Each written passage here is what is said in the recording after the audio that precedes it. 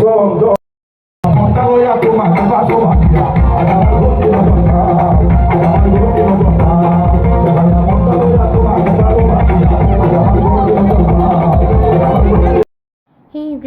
আসসালামু আলাইকুম, welcome to my new blog. আজকে হচ্ছে 13ই এপ্রিল, আর আজকে আমার অনেক অনেক কাজ ছিল। আজকে হচ্ছে বাচ্চার স্কুলেও অনেক কাজ, যেমন স্কুলে হচ্ছে ক্লাস পার্টি ছিল, সেই সাথে হচ্ছে আজকে আমার একটা জায়গায় ঘুরতে যাওয়ার কথাও ছিল। তো সব মিলিয়ে হচ্ছে আমি অনেক সকালবেলা ঘুম থেকে উঠে যাই। আর এই তো আপনারা দেখতেই পাচ্ছেন কতটা সকালে উঠেছি। বাসার আশেপাশে ইভেন হচ্ছে রাস্তাতেও কোনো লোক ছিল না, একদম নীরবতা, একদম অনেক ভোরবেলা উঠে গিয়েছিলাম। আর এখানে উঠেই হচ্ছে আমি চুলায় আমার যেই ব্রেকফাস্টের জন্য যে আইটেমগুলো করব ওগুলো আমি দিয়ে দিয়েছিলাম। আর যেহেতু হচ্ছে আমি অনেক সকাল সকাল রান্নাবান্না করে স্কুলে যাই, তো আমি হচ্ছে রান্নার প্রিপারেশনটাও শেষ করে ফেলছিলাম। আর এখন হচ্ছে আমি আমার নিজের একটু স্কিন কেয়ার করে নেব, কারণ হচ্ছে মুখটা অনেক বেশি ডাল হয়ে গিয়েছিল। আর সকাল সকাল হচ্ছে আমি ঘুম থেকে উঠে ফ্রেশ না হলে আমার নিজের কাছে নিজেকে ভালো লাগে না। আর যার জন্য হচ্ছে একদম মুখটা ক্লিন করে নিচ্ছি। আর সেই জন্যই হচ্ছে আর্লি মর্নিং ঘুম থেকে উঠে একদম ফ্রেশ হয়ে যাচ্ছিলাম। তো আর যতটা হচ্ছে নিজের যাওয়া যায় কেয়ারটাও করে নিচ্ছিলাম, যেহেতু সন্ধ্যায় একটা প্রোগ্রাম আছে। তো আমি এই মানে যে কোনো একটা প্রোগ্রামে হচ্ছে একটু ইউজুয়ালি ভালোভাবে অ্যাটেন্ড করতে চাচ্ছিলাম। আর বাচ্চার প্রোগ্রাম কেমন হয়ে যায় এমনিতেই চলে যেতে চাচ্ছিলাম না করলে, কারণ আমি আরো বেশি হচ্ছে স্কিনটা অনেক বেশি ডাল হয়ে যাওয়াতে আমি খুব বেশি একটা মানে সাজুগুজুটা প্রেফার করি না, যেটা আমার মানে এখন মনে হয় যে একদম কম লাইট ওয়েট কোনো কিছু ক্যারি করলেই হয়তো বা ভালো হয় স্কিনের জন্য।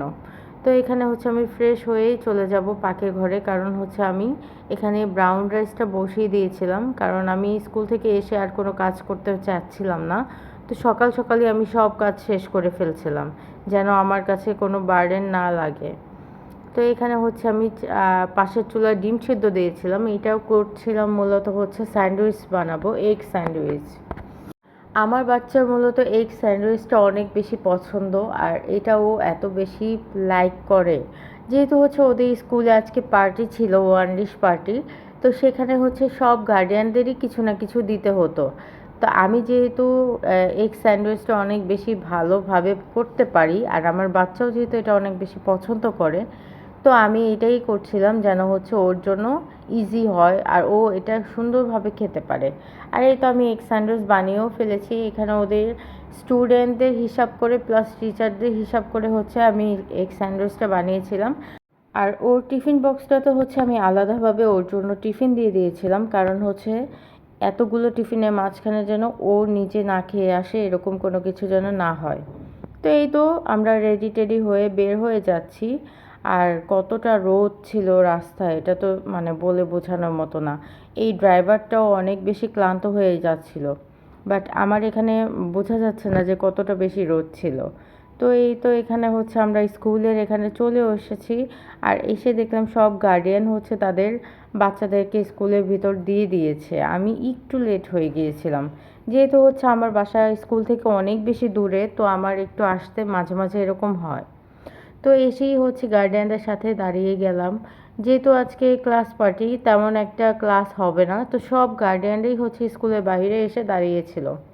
আর এই তো আমি একদম সিম্পল, আমি কোনো ধরনের মানে হেভি কোনো কিছু না ইউজ করে একদম নর্মালি চলে এসেছি।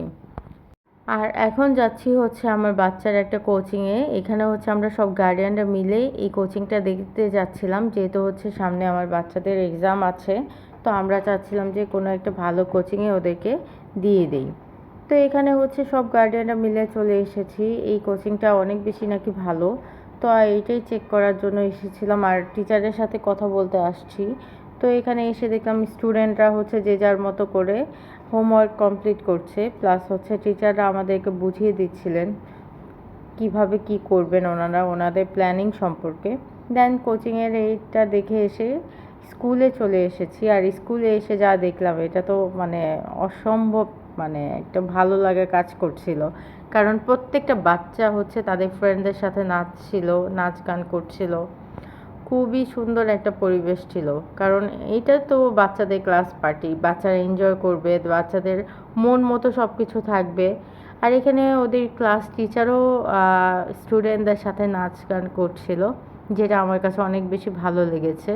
এখানে প্রত্যেকটা বাচ্চা নিজেদের মতো করে এনজয় করেছে, আর প্রত্যেকটা বাচ্চাই হচ্ছে নিজেদের মতো করে সব কিছু করছে, জাস্ট তাদের ফ্রেন্ডদের সাথে করে। এটা দেখে আমার নিজের স্কুলের কথা মনে পড়ে গেল। আমরাও আমাদের স্কুলে যখন পার্টি হতো আমরা অনেক বেশি এনজয় করতাম ফ্রেন্ডদের সাথে, বিশেষ করে কারণ ফ্রেন্ড ছাড়া কিন্তু লাইফ ইম্পসিবল, কল্পনা করাই যায় না। আর এই তো এখানে সোয়াদ হচ্ছে অনেক সুন্দর করে নাচছিল, কারণ ও অনেক বেশি এগুলো এনজয় করে। আর এখানে হচ্ছে আমাদের বলতে বলতে ক্লাস পার্টিও শেষ, আমরা বাসার উদ্দেশ্যে চলে যাব, কারণ হচ্ছে সন্ধ্যায় আরেকটা জায়গায় যাওয়ার কথা। তো এখান থেকে গিয়ে হচ্ছে আমি সন্ধ্যার জন্য রেডি হয়ে বের হয়ে যাব। আর এই তো সোয়াদের অভিব্যক্তি প্রকাশ করছে। কেমন মজা করেছো?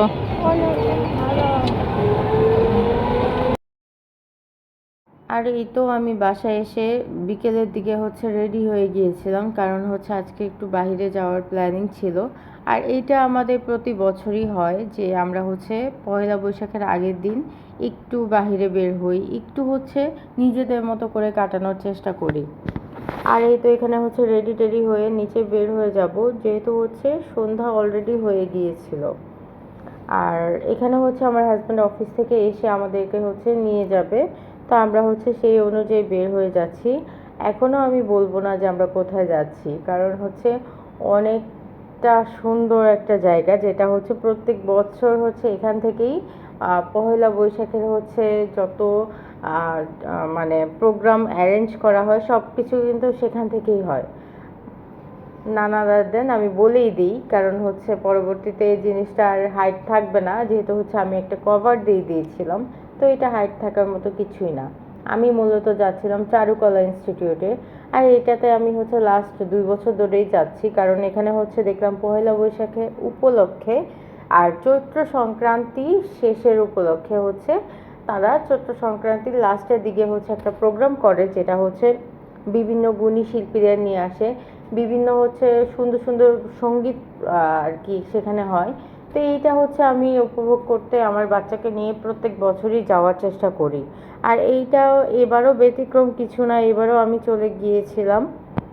এই তো বলতে বলতে চলেও এসেছি, আর এসেই দেখলাম যে একদম জমজমাট হয়ে গিয়েছে। এখানে নানা প্রকারের মুখোশ আর্ট করা হচ্ছিল, বাচ্চারা হচ্ছে এই মুখোশে রং করছিল, প্লাস হচ্ছে এই আরেক পাশে কনসার্ট শুরু হয়ে গিয়েছিল। এইটাই হচ্ছে মূলত ঢাকা বিশ্ববিদ্যালয়ের চারুকলা ইনস্টিটিউটের চৈত্র সংক্রান্তি অনুষ্ঠান। আর এই যে শিল্পীটা উনি হচ্ছে লোকসঙ্গীত গায়, তো উনি হচ্ছে এখন অনেক ফেমাস কিছু গান গাইবে, যেগুলো হচ্ছে আমরা মূলত কোক স্টুডিওতে শুনে থাকি। আর আমি মূলত লোকসঙ্গীত তেমন একটা পছন্দ করি না, বা হচ্ছে তেমন একটা শুনি না বিধায় আমি ওনার নামটা জানি না, বাট উনি অনেক বেশি ফেমাস।